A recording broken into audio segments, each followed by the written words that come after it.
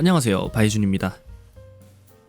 오늘은 제가 판매 중인 키트 홍보를 먼저 하겠습니다. 키트 구성은 칼가위, 글루건, 박스지 15장, 라벨지 15장, 글루건심 15개가 들어있습니다. 키트에 들어있는 것들은 다 제가 영상 제작에 사용하는 제품들인데요. 일반 박스는 이렇게 두께가 두껍고 오염된 경우도 많습니다. 하지만 제가 사용하는 박스지는 작업하기 적당한 두께이고 오염 없이 깔끔합니다. 칼도 일반 다이소나 마트에 파는 칼이랑은 좀 다른데요. 일반 칼은 이렇게 여러 번 칼질을 해야 박스가 잘리게 되고 칼날이 고정되지 않습니다. 제가 사용하는 칼은 한 번에 슉슉 잘립니다. 칼날도 움직이지 않아서 매우 안전해요. 칼끝 각도도 잘게 매우 용이하게 되어 있습니다.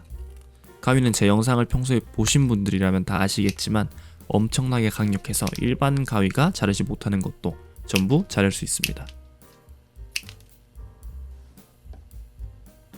글루건은 옛날에 다이소에서 구매해서 사용하다가 자꾸 고장이 나가지고 새로 구매했던 제품인데 이게 고장 없이 오래 사용 중이고 본드가 시원시원하게 나와서 키트에 넣었습니다.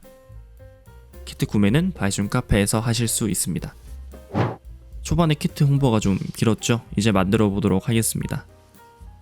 박스지와 도면을 준비해주고 도면을 뜯어서 붙여주도록 하겠습니다. 그리고 이번 영상에 유료 광고 포함이라는 말이 왜 없냐면 제 제품 제가 홍보하는 거기 때문에 안 넣어도 됩니다. 그래서 없는 거기 때문에 바이준님 유료 광고 표시 왜 안 하셨어요? 이런 댓글 안 다셔도 됩니다. 이제 도면을 잘라보도록 하겠습니다. 도면을 자를 때는 자를 떼고 깔끔하게 잘라주면 됩니다. 자를 때 이게 조금 좀 오래 걸리는 작업이니까 음악 같은 거 틀어놓으시고 작업하면 매우 좋습니다. 저는 항상 작업할 때 음악 같은 걸 틀어놓고 작업을 해요. 자른 도면을 뜯어줍니다. 필요 없는 부분은 바로 구겨서 버려주고 다음 도면을 가져와 봤습니다. 이번 아이폰 13 프로 맥스 도면이 기존에 제가 카페에 공유했던 것과 다른 점은 내부에 이런 기판들, 배터리 부품 이런 거를 다 구현한 게 조금 다른 점인데요. 훨씬 재밌습니다. 이게 뭔가 진짜 내가 아이폰의 내부까지 만드는 그런 기분이 들기 때문에 더 좋아요. 다 잘랐으면 커팅 매트 치워주고 아이폰 뒷부분이 그려진 부품에 내부 스티커를 붙여줍니다. 그리고 모서리 부분을 정리해주세요. 배터리도 정리해주고 여러가지 다 정리해줍니다. 이제 카메라 렌즈를 잘라보도록 하겠습니다. 다 자르고 나면 둥글둥글한 부품 6개가 나오게 됩니다.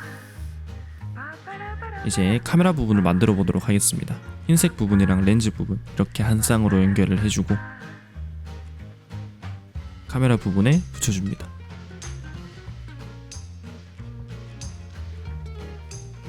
이제 핸드폰 뒷부분에 렌즈를 붙여주고 옆부분을 만들어 주도록 하겠습니다. 저기 길게 생긴 부품을 보면은 회색 선이 2개가 있습니다. 그 회색 선에서 회색 선 사이까지는 구부려 주면 됩니다.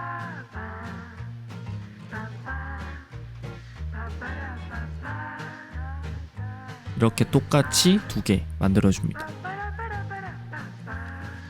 아까 렌즈를 붙인 부품인데요. 여기 윗면과 아랫면에 중간선을 표시해줍니다. 이제 핸드폰의 옆부분이 될 아까 그 기다란 부품을 붙여보도록 하겠습니다.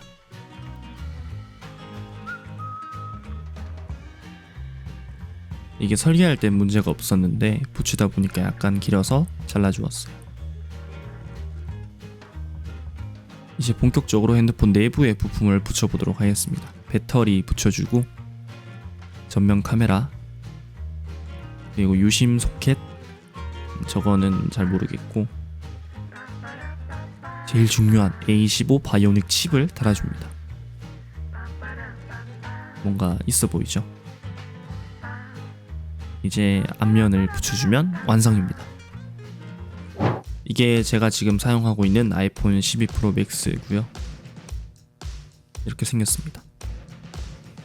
그리고 아이폰 13 프로 맥스. 앞면을 봤을 때는 잘 모르겠는데 뒷면은 진짜 핸드폰 같아요. 약간 박스 부분도 보이면서 박스 아트 느낌도 나가지고 좋습니다. 케이스를 벗기고 비교를 해봤는데 뭐 겉으로 보기에는 큰 차이는 없지 않나요? 물론 어떤 걸 쓸지 묻는다면 저는 당연히 아이폰 12 프로 맥스 제 핸드폰을 그냥 쓰도록 하겠습니다. 오늘은 여기까지 하도록 하겠습니다. 구독과 좋아요 부탁드릴게요. 그럼 봐봐.